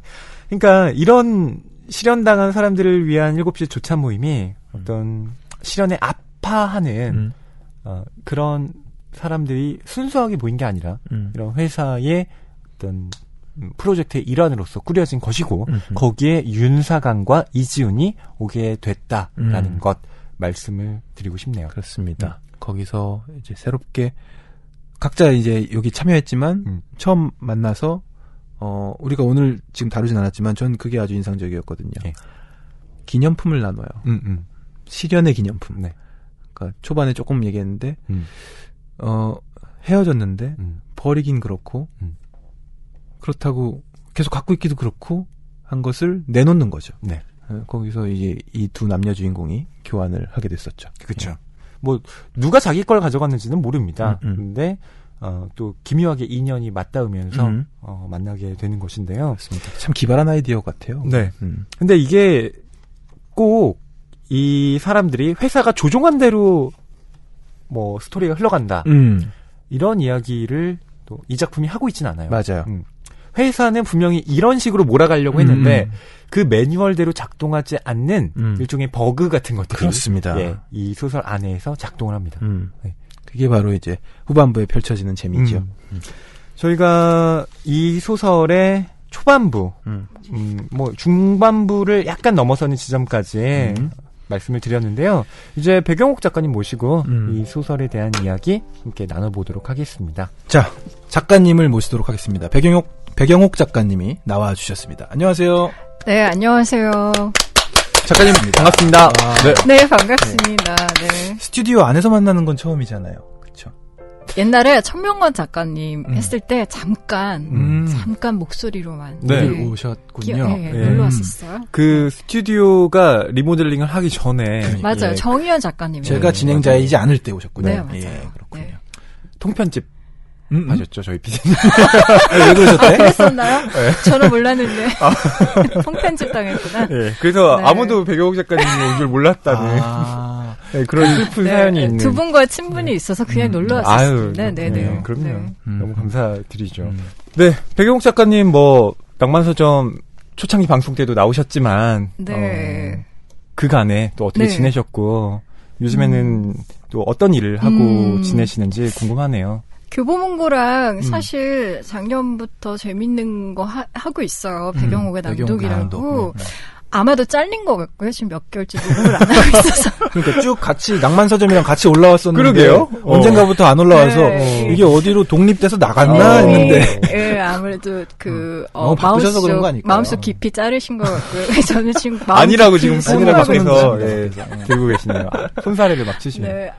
저는 4월 초부터 MBC에서 사실은 표준 FM에서 백영옥의 라디오 디톡스라고 95.9 메가. 네, 맞아요. 그래서 그 프로그램을 진행하고 있고 사실은 지금 거의 강제 휴가인데 MBC 파업과 관련된 뉴스는 아마 많이 보셨을 거예요. 예. KBS도 총파업을 하고 MBC도 뭐 93%라는 압도적인 지지율로 사실 파업이 결정이 됐고 9월 4일부터 이제 총파업 뭐 한다고 하니까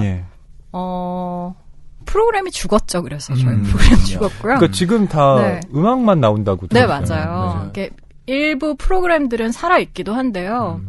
그 살아있는 프로그램은 말하자면 데타 PD님들이 이제 투입이 돼서 그러니까 굉장히 이렇게 뭐라고 해야지 어떤 프로는 살아있지 않고 하니까 약간 진검다리처럼 이렇게 살아있는 프로와 살아있지 않은 프로와 뭐 이런 식으로 가고 있는 것 같고 일단은 지금은 무기한 파업 돌입했기 때문에 근데 이제 빨리 잘 마무리가 돼야 되겠죠. 그러게요. 작가님 목소리가 이렇게 말할 수 있을 것 같아요. 마이크를 잘 받는 네. 그런 부분도 얘기. 있고 그래서 낭독해 주십사 하는 부탁들도 많이 나오고 라디오 지지에 적합한 게 아닌가 싶고요. 예. 네. 아니 그러니까 실제 그냥 만나서 얘기를 듣는 것보다는 이렇게 마이크를 통해서 듣는 음성이 더 좋다고 많이 하시더라고요. 저희 기술 감독님도 그렇게 얘기를 많이 하시고 약간의 사각거림이 있는 것 같아요. 사각거림. 마치 연필로 이렇게 종이에 쓸 때 느끼는 그 어떤 질감. EQ 때가 있어요, 이게. 아니 음악 하시니까 경환 씨 굉장히 잘하실 것 같아요. 네. 감사하고요. 네. 하여튼 저는 라디오 원래 굉장히 좋아하고 사실 몇 년 전부터 저한테는 굉장히 큰 화두 중에 하나인데요. 이렇게 우리 세계가 굉장히 시각 중심적으로 좀 재편이 많이 됐잖아요. 이렇게 뭐 꽃을 봐도 사진 찍기 바쁘고 이렇게 맛있는 음식을 봐도 사진 찍기 바빠서 뭐 음식 식은 다음에 먹게 되기도 하고 뭐 꽃 향기를 맡는다거나 뭐 만진다거나 뭐 이런 행위 자체를 거의 안 하고 하다 보니까 이렇게 시각이 좀 비대해지는 게 아닌가라는 생각이 들고 이제 반대급부적으로 청각이나 미각이나 촉각이나 후각이 점점 좀 퇴화되는 게 아닌가라는 생각을 굉장히 많이 하는데 비디오 킬더 라디오 스타네요. 맞아요. 예, 그래서 그 감각의 복원이라는 차원에서 사실 그런 쪽에 관심이 많아서 이제 칼럼도 많이 썼었고요. 그런 기회가 될 때마다 그런 얘기를 많이 했었어요. 근데 라디오라는 게 어떻게 보면 시각이 차단된 상태에서 듣는 거잖아요. 그렇죠, 네. 뭐 팟캐스트도 그렇고 지금 하고 있는 낭만서점도 그래서 참 좋아하는데 듣는다라는 행위 자체가 가지고 있는 굉장한 힘이 있는 것 같아요. 집중적으로. 그러니까 우리가 왜 사랑하는 사람을 만나면 그리고 또 이제 어떤 사람을 많이 느끼려고 할 때 자동적으로 앉거나 입을 맞추거나 눈을 감잖아요. 이렇게 눈을 감으면서 자연스럽게 그 본인이 가지고 있는 감각들이 살아나는 경험들, 이렇게 굉장히 강렬하게 살아나는 경험들을 많이 하는데 라디오를 하면서 이제 좀 더 그런 확신이 많이 든 것 같아요. 그래서 좀 감각을 복원시키는 어떤 그런 재미있는 프로젝트를 많이 해보려고. 자, 책 얘기로 좀 돌아가서요. 이 소설을 원래는 이제 2012년에 내셨던 거잖아요. 네, 맞아요. 근데 올해 또 새롭게 수정을 하셔서 내셨습니다. 네. 그 이유가 좀 궁금한데요. 제가 이제 개정 작업을 하면서 되게 놀란 게 하나 있는데 그 작가의 말에도 얼핏 쓰기는 했어요. 근데 제가 되게 많이 바뀌었더라고요. 네, 많이 바뀌었고 본인이 바뀐 걸 느낀 건가요? 너무나 많이 느꼈어요. 네, 그러니까 바뀌지 않은 부분도 있는데 확실히 바뀐 부분들도 많이 있더라고요. 그래서 그리고 이 책이 참 신기한 게 뭐냐면 실현의 기념품 가게라고 나오잖아요. 행사가. 네. 근데 각종 단체에서 뭐 이를테면 대학 축제라던가 뭐 정부 기관이라던가 뭐 문화체육관광 뭐 진흥공사 뭐 하여튼 뭐 이런 데 있잖아요. 네. 그리고 심지어 개인이 갤러리를 가지고 계시는 분들 중에도 그 행사를 하고 싶다라고 문의가 많이 와요. 1년에도 한 2-3건씩 계속 오더라고요. 근데 책이 절판이 됐었거든요. 네. 그래서 심지어는 작년에는 그 아라리오 뮤지엄이라는 굉장히 큰 갤러리가 있는데요. 네. 거기서 대형 전시가 하나 있었어요. 제주 아라리오에서 실현의 박물관. 네네, 실현의 박물관이라고 우크라이나 아티스트 둘이 기획한 전시였는데 이 전시가 아마 10몇 개국을 돌아서 서울에 작년에 왔었는데 굉장히 흥행에 성공했죠. 재밌는 게 뭐냐면 그 우크라이나 아티스트 2명이 연인 관계요. 헤어진. 헤어진? 네. 근데 지금 같이 공연을 하는 거예요? 네. 같이 오. 전시를 하고 있어요. 근데 전 남친과 전 여친이에요. 이건 마치 스웨이 시즌 같은 사연인데. 참 예술가들이라는 사람들은 대단한 것 같다는 생각이 많이 들어요. 그래서 그 두 사람이 전시를 하는데 이제 실현의 박물관이라고 하면 딱 감이 오잖아요. 네. 근데 여기에서 말하는 실현이라는 건 뭐 남자와 여자뿐만이 아니고 그러니까 사랑하는 사람 전체를 가리키는 그리고 그것이 사람뿐만이 아니고 이를테면 사랑했던 직업을 바꾼다거나 뭐 해고를 당했거나 내지는 뭐 남편의 유품도 나오고 물론 제일 많은 건 연인이 자신에게 남긴 어떤 물건들인데 저도 작가로 참여를 했었어요 작년에. 근데 책을 언제 개정해서 다시 낼 것이라는 문의가 하도 많아서. 근데 아라리오 측에서도 좀 같이 뭘 해보고 싶어 했는데 책이 없어서 이제 정말 좀 해야겠구나. 맞으려면 그렇게 맞을 수도 있군요. 딱 맞네요. 그들의 어떤 투어 전시와 이 작가님의 그렇죠. 소설이 딱 맞네요. 제게 더 먼저입니다. 더 먼저예요. 2011년도에 연재했었기 때문에. 네. 그러면 그때 초판이 나왔을 때의 작가님과 지금 개정판을 냈을 때의 작가님은 뭐가 가장 많이 바뀌셨나요? 일단은 우리 사회도 많이 바뀌었다는 걸 느꼈어요. 뭐였냐면 제일 큰 게 젠더 감수성. 네, 그러니까 이 책을 사실 작가마다 약간씩 다른데 저는 책을 쓰면 제 책을 잘 안 보거든요. 너무 보기가 싫어요. 그러니까 일단 써놓고 덮어놓고 이제 낭독할 때도 그래서 좀 곤혹스럽긴 하죠. 내가 작가들 다 그렇겠지만 굉장히 많이 고치잖아요. 네. 고치다 보면 자기 문장이 좀 넌더리 나는 그런 느낌이 있거든요. 그래서 자기 책을 보면 되게 분열적으로 약간 구역질 비슷한 게 나오고 별로 좋지가 않아요. 마음. 낭독 중에도 또 고쳐야 되나 싶은 그런 느낌도 받는 안 건가요? 좋아요. 어쨌든 굉장히 안 좋아요. 일이 안 끝나. 네, 그래서 사실 제가 개정 작업을 할 거라고 생각을 안 했어요. 왜냐면 제 소설 별로 안 좋아해요. 이거 좀 작가마다 다른 건데 저는 일단은 소설 한 권을 내고 나면 이제 다음에 쓸 것을 주로 생각을 하지 이전에 썼던 것에 대해서는 전혀 생각을 안 하는 편이고 그게 어쩌면 좀 작업을 계속 이렇게 전진해 나갈 수 있는 원동력일 수도 있는 것 같아요. 이렇게 어떻게 보면 약간 비정해 보일 수도 있지만 이게 이전 작품 잘 안 보는데 음악을 만드는 것도 마찬가지인 것 같아요. 그럴 수 있을 것 듣기 같아요. 힘들죠, 사실. 제가 개정하기 전에 제 작품을 읽어보니까 이제 농담이 많아요. 여기가 사내 정치 얘기도 많이 나오고 회사라는 공간에 대한 굉장히 좀 실질적인 대사들이 많이 나오고 저도 그런 농담들이 마음에 들던데요.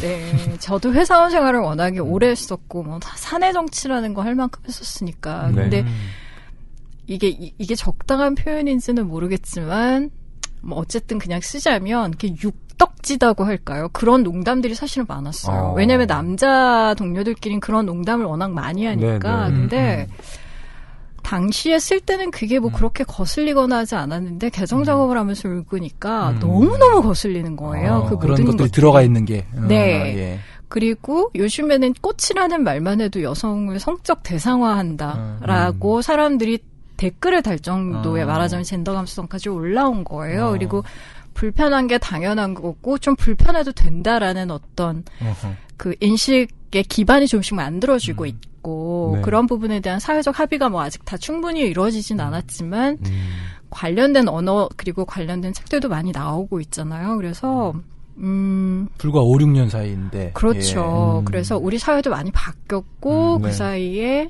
저도 그런 어떤 젠더 감수성이랄까 이런 것들이 많이 올라왔고. 그러면은 얘기를 들어보니까 그때 당시에 그런 표현들을 넣으셨다는 건 나름대로 약간 꼬집으려는 의도가 있었던 건 아닌가요? 그런데 지금은 약간 그게 필요가 없어.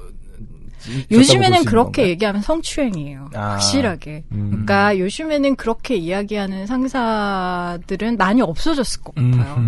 예, 근데 그러니까 그때 당시에는 좀 핍진성이라고 하잖아요. 최대한 말하자면 디테일을 이야기하고 싶어서 이런 농담을 하고 그런 것들에 대한 풍경을 묘사를 했는데 개정 작업을 하면 사실 분량을 거의 100페이지 가까이 줄였어요. 많이 줄이는 과정에서 제 자신이 일단 불편하고 그런 걸 읽는다는 것 자체가 제 자신이 불편하고 이제는 사내에서 그런 식의 농담을 물론 약간 업계마다 다르긴 한 것 같아요. 뭐 건설업계라던가 이런 좀 남성 위주의 문화나 이런 게 많은 그런 조직에서는 좀 그런 것들이 있긴 하겠지만 최소한 이제 제가 일하는 업계라던가 뭐 방송업계에서는 그런 것들이 굉장히 많이 좀 나아지고 있기 때문에 네. 굳이 그걸 넣어서 좀 불편하게 할 필요가 있을까 이런 생각이 돼서 많은 부분을 덜어냈다라는 점에서의 변화 그건 저의 변화이기도 하고 우리 사회의 변화이기도 하고요. 네. 실현당한 사람들의 7시 조찬 모임이 네. 실제로 만들어졌다는 얘기가 있습니다. 혹시 방문해 보신 적은 있으신가요? 실현당이라고 네. 뭐 SNS에서 만들어진 것도 있고 실현당. 네. 그냥 그걸 줄여서 실현당이라고 네, 실현당. 네, 그래서 이제 그게 만들어진 것도 봤고 그리고 이런 행사를 실제로 많이 개인이나 아니면 단체에서 하는 경우가 많았어요. 아까 전시도 소개해드렸는데 아마 그런가 봐요. 사람들이 그러니까 연애를 하고 난 이후에 그러니까 남겨지는 물건이라던가 그 헤어지는 것에 대한 어떤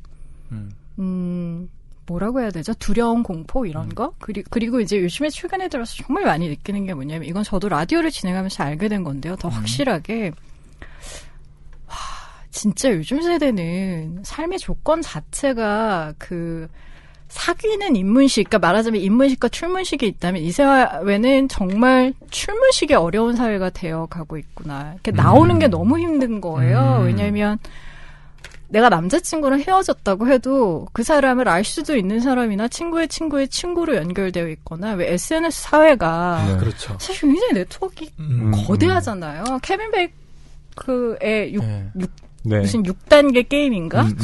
예, 그래서 전 지구인이 6단계를 통하면 다 연결되어 있다고. 태그 막 걸려있고. 네. 근데 네. 그게 1년 뒤에 다시 뜨고 막.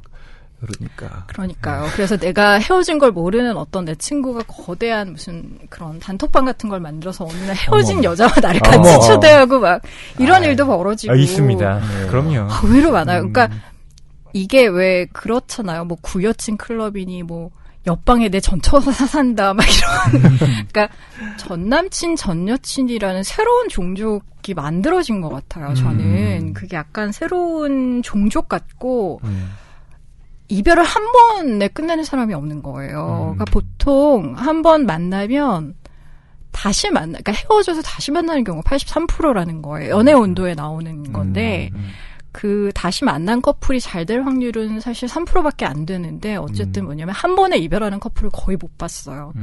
그러니까 이별을 계속 반복해서 하면서 그 이별에 대한 공포가 더 커지고, 그 불안감에 대한 역치가 점점 더 막 높아지고 낮아지고 이게 사람들이 굉장히 혼란스러운 것 같아요. 그래서 왜 과거의 사람이라는 말 자체가 굉장히 시대착오적이 된 것 같고 어쨌든 우리는 시대가 바뀌었기 때문에 이 바뀐 시대에서 내가 어떻게 이별을 해야 될 것인가에 대한 새로운 윤리 말하자면 새로운 어떤 개념이라는 게 도입이 안 되면 누군가 어떤 말하자면 지침이란 말은 좀 그런 것 같고요. 그러니까 이런 정도의 어떤 이야기라던가 나눌 수 있는 어떤 의견이라던가 이런 것들을 교환해 놓지 않으면 너무 힘든 세대? 맞아요. 예, 나름 룰이 정해져야 한다. 예. 네, 그래서 너무 많이 와요.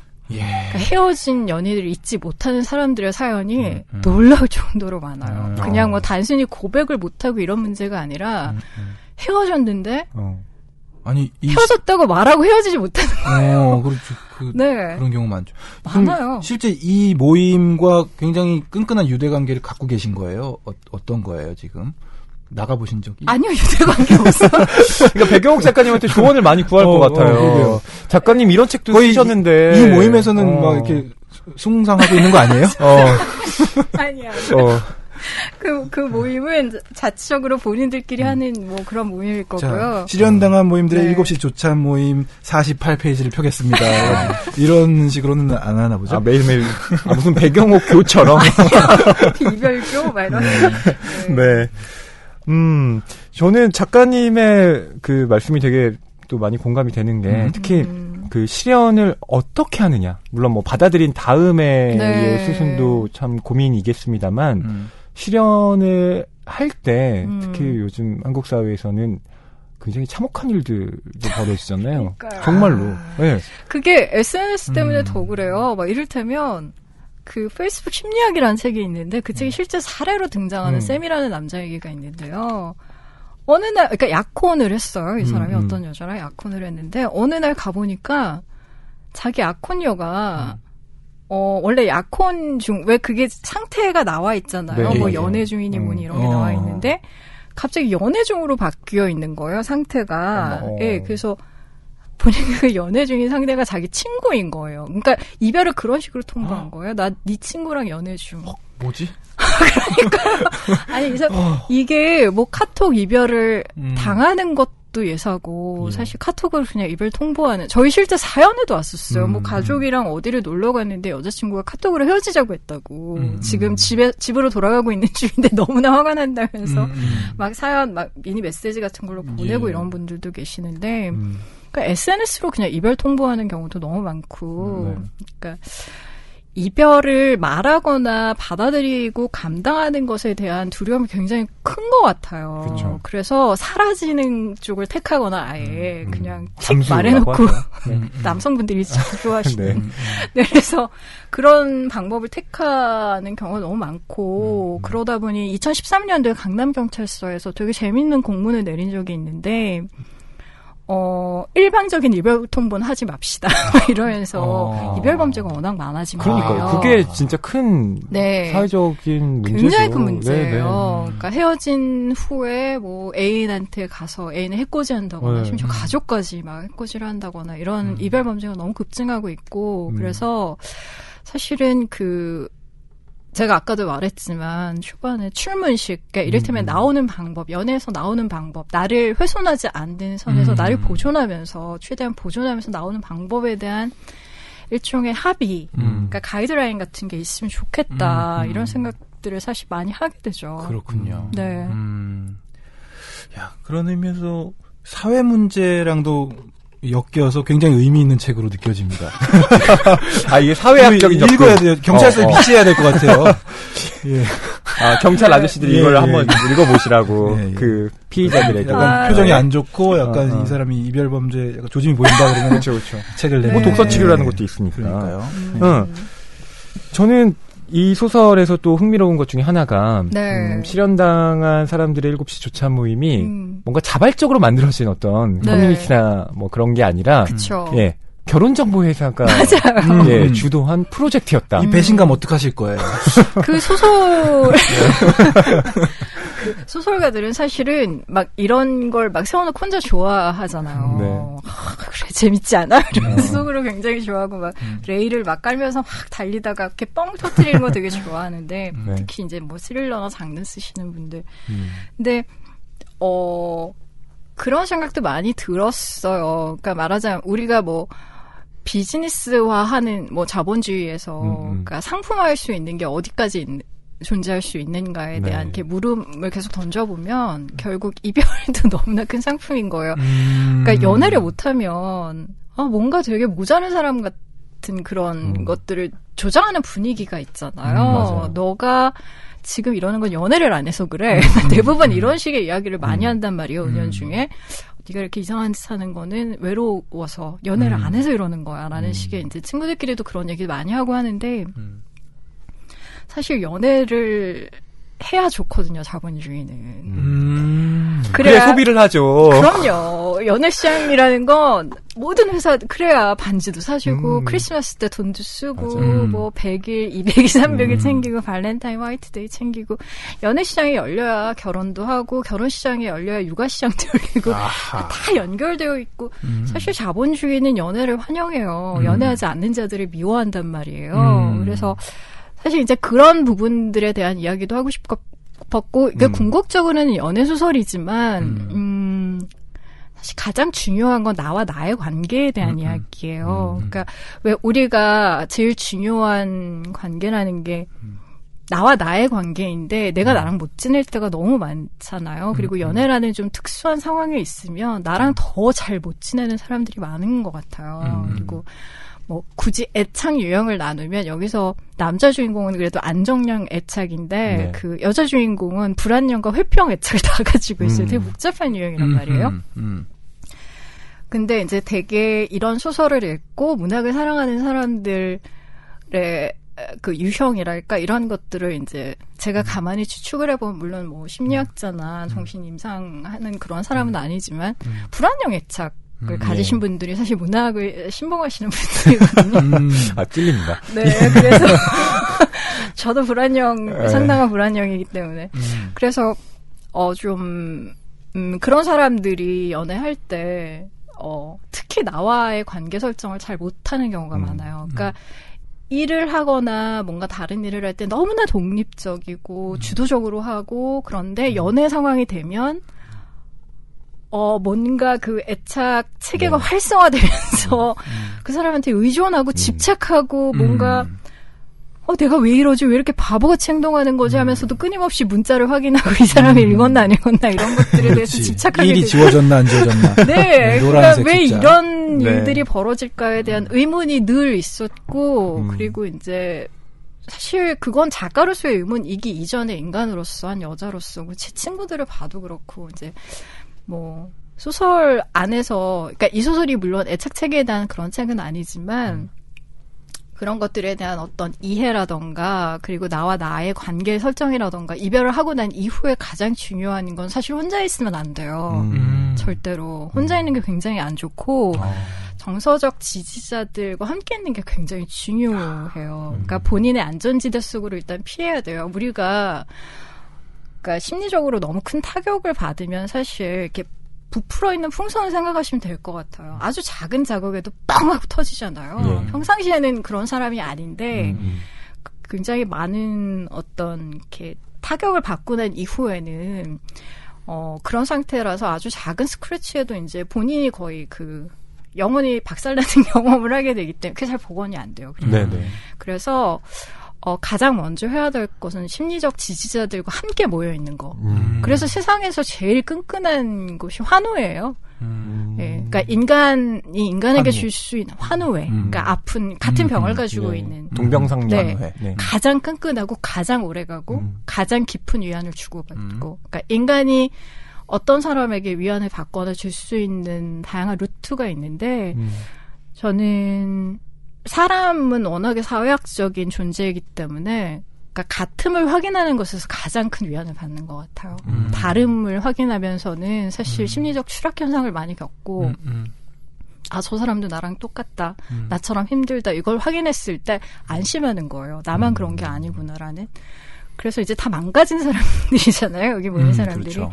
그러니까 망가져 있는 어떤 풍경 안에 그냥 내가 n분의 1이 되는 것만으로도 말하자면 일종의 안도감 같은 걸 느끼는 거고. 그러니까 정미도라는 사람이 여기서 뭐 그러니까 대단한 심리학자는 아니지만 그걸 본능적으로 캐치한 거죠. 돈 냄새를 그랬더라고요. 울고 싶은 사람한테 뺨 때려주자. 네, 그렇죠. 열정적으로 프리젠테이션을 하더라고요. 네. 제가 연기했거든요. 아까 들었어요. 잘하시더라고요. 네. 참 이렇게 듣고 보니까 배경옥 작가님께 일종의 짧은 연애학 개론을 한편 들은 것 같아요. 아니 또 이 책의 어떤 그 발판도 되었겠지만은 이런 실현 관련 강연도 많이 하신다면서요? 사실은 방송이라는 게 라디오 프로그램 하면서 월화수목금토일을 하잖아요. 매일 한다라는 건 엄청난 일인 것 같아요. 하루도 빠지지 않고. 그럼요. 그리고 제 프로그램은 상담 프로그램이에요. 그렇구나. 네, 저희 디톡스잖아요. 라디오 디톡스. 라디오 디톡스인데 딥톡스라고 이제 그게 보통 이제 사연 하나를 굉장히 집중적으로 얘기해줘요. 짧게는 20분에서 뭐 길게는 한 40분까지 얘기를 해주니까. 정말 딥톡스구나. 거의 야매 상담을 해야 되는 거예요. 그러니까 너무 괴롭더라고요. 제가 그 상담 전문가도 아니고 그렇다고 무슨 정신의학 전공하는 무슨 심리학자도 아닌데. 그러니까 근데 너무 응급 사연이 많아요. 응급. 그러니까 뭐냐면. 결혼한 지 100일밖에 안 됐는데 자기 집에서 불륜 현장을 본 거예요, 남편. 3일 전에. 사연이 그런 게 막 오고. 은근히네. 뭐 이를테면 대장암 말기인데 이제 그 말하자면 완치가 됐는지 안 됐는지 전이가 됐는지에 대한 그 검사 결과를 지금 기다리시는 분이 이를테면 사연을 보낸다던가 그러니까 보통 새벽 2시에 방송을 듣는 분들은 이렇게 막 너무 행복하고 그런 분들이 아니세요. 그렇죠. 대부분은 좀 힘들고 그쵸. 외롭고 다 잠 못 드는 이유가 있는 거죠. 네. 그리고 또 몰랐는데 운수업에 종사하시는 분들 굉장히 많이 들으시고 뭐 대리운전, 택시운전 하시는 분들 많이 들으시고 그래서 되게 힘든 사연들이 많아요. 힘든 사연들이 많고 이게 그러다 보니까 제가 정말 무슨 심리학과 대학원생도 아니고 박사과정도 아닌데. 그러니까 굉장히 심리학 공부 많이 하신 것 같아요. 애착과 심리치료, 네. 좋은 볼비 막 이런 거. 그러니까 아까 페이스북 심리학이나 이런 책 거론하시는 것도 지금 요즘의 독서가 그쪽이 맞춰져 계신 것 같아요. 정확합니다. 너무 괴로워가지고 처음에 이제 진행 맡고 나서는 도저히 못하겠는 거예요. 이렇게는 이렇게 너무 시간도 많이 걸리고 제가 이렇게 떠드는 게 도대체 그분들한테 실질적으로 도움이 되는지도 모르겠고 제가 이렇게 전문가가 아닌데 어줍지 않게 괜히 그 사람의 인생에 개입을 해가지고 뭔가 잘못되면 안 되잖아요. 너무 두렵기도 하고 그래서 참 그렇더라고요. 이렇게 그렇잖아요. 왜 좋은 선생님, 그러니까 학생이라는 문제가 아니라 그러니까 좋은 선생들이 알게 되는 진실 중에 하나는 가르치는 과정에서 가장 많이 배우는 건 선생 본인이거든요. 맞아요. 그러니까 이전에는 이제 책, 이런 관심이 있어 사실 이제 정신 분석이라던가 이런 관련된 책들을 많이 읽기는 했지만, 이전의 독서법과는 전혀 다른 방식의 책 읽기를 하게 되는 측면이 있고, 그리고 제가 과거에 썼던 소설을 바라보는 관점도 사실 좀 많이 바뀌는 게 있고, 그러니까 뭔가 대단히 관념적이었던 것들이 너무나 매우 구체적으로 또 실증적으로 좀 내려와서 필드에 나오는 거니까.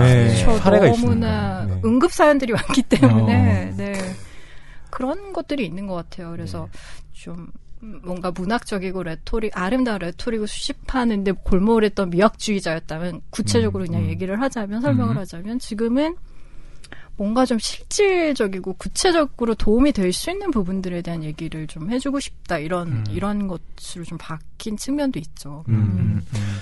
네, 여러분 어떠십니까? 백영옥 작가님이 이렇게 말씀을 잘하십니다. 또 이렇게 말씀 잘하시는 백영옥 작가님과 저희가 얼마 지나지 않아서 또 만나잖아요. 맞아요. 네. 우리 9월 낭만서점 15일 콘서트인데 15일에 하고요. 무라카미 하루키의 신작을 하는데 맞아요. 그 작품에 대해서 작가님이 또 이야기해 주실 것들도 기대가 되네요. 네. 백영옥 작가님 혹시 이번 9월 공연에 대해서 조금 더 부연해 주고 싶은 말씀은 없습니까? 아니요, 저는 하루키 워낙 좋아하고요. 그러니까 하루키의 책이 나오면 언제나 늘 가장 먼저 읽어보고 싶고.